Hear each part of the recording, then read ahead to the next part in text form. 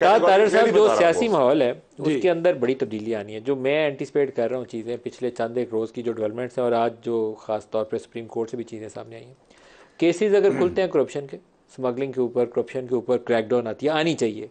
एक जो army chief ने वहाँ कराची में और डीजी रेंजर्स की ड्यूटी लगाई है ना, वो जो इलीगल अफगान है उनके ऊपर लगाई है, और उन्होंने मिसाल देकर कहा है कि मेरे 9 बच्चे परसों शहीद हुए हैं, 2 कल शहीद हुए हैं, मैं ये टॉलरेट नहीं करूँगा।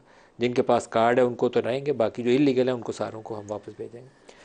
ये करप्शन के ऊपर, स्मगलिंग के ऊपर, टेररिज्म के ऊपर, बैक वक्त 3 फ्रंट्स के ऊपर अगर डंडा फिरता है तो ज़रूरत तो है उसकी फिरने की, लेकिन माहौल यहाँ ग्राउंड पे बदल जाएगा। नहीं देखिए, मैं समझता हूँ कि ये बिल्कुल होना चाहिए, और करप्शन जिसने भी की है, इरिस्पेक्टिव वो आपकी किस। सियासी लोग इसमें से टॉप टियर अगर 25-30 पकड़े जाते हैं, मैं तो वो सिचुएशन देखता हूँ कि सियासी माहौल क्या होगा। नहीं देखिए ना, बात ये है ना, किसी एविडेंस भी पकड़े जाएंगे ना, हाँ, सबूतों के बगैर किसी पकड़ेंगे तो वो तो किसी प्रोसेस, किसी एविडेंस के तहत ही फ़ायदा पकड़े कोई नहीं उसका। जाएंगे। तो we are all for anti corruption, मेरी पूरी पार्टी इसके साथ खड़ी है। चाहे आपकी जमात से हमने पकड़ा जाए कोई, देखिए, अब कोई एविडेंस होगा तो किसी को पकड़ेंगे ना। दूसरी बात यह है कि मैं ये दहशतगर्दी का नासूर, सबूत छोड़ा नहीं या दहशतगर्दी का जो नासूर है, वो मियाँ नवाज शरीफ की लीडरशिप थी ना, कि कराची में जाके अमन बहाल हुआ, सारे स्टेक होल्डर्स को इकट्ठा बिठाया, पुलिस, रेंजर्स को, फौज को, लॉ इन्फोर्समेंट एजेंसीज को। उसके बाद ऑपरेशन ज़रब अज़ब, रद्दुल फसाद, एक पॉलिटिकल विल और लीडरशिप थी।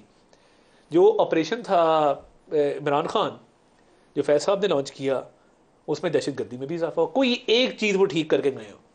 दहशतगर्दी में इजाफा, महंगाई में इजाफा, पॉलिसीज़ गलत।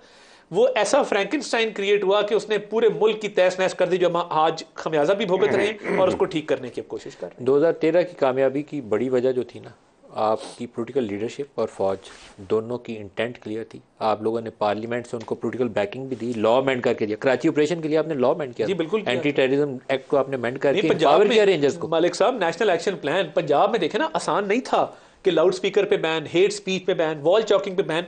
शहबाज शरीफ साहब बतौर वजीर आला मीटिंग्स किया करते थे। तमाम जो आपके मसलक हैं, तमाम आपके स्कूल्स ऑफ थॉट, मकतबा फ़िक्र आते थे, बैठते थे, अग्री करते थे।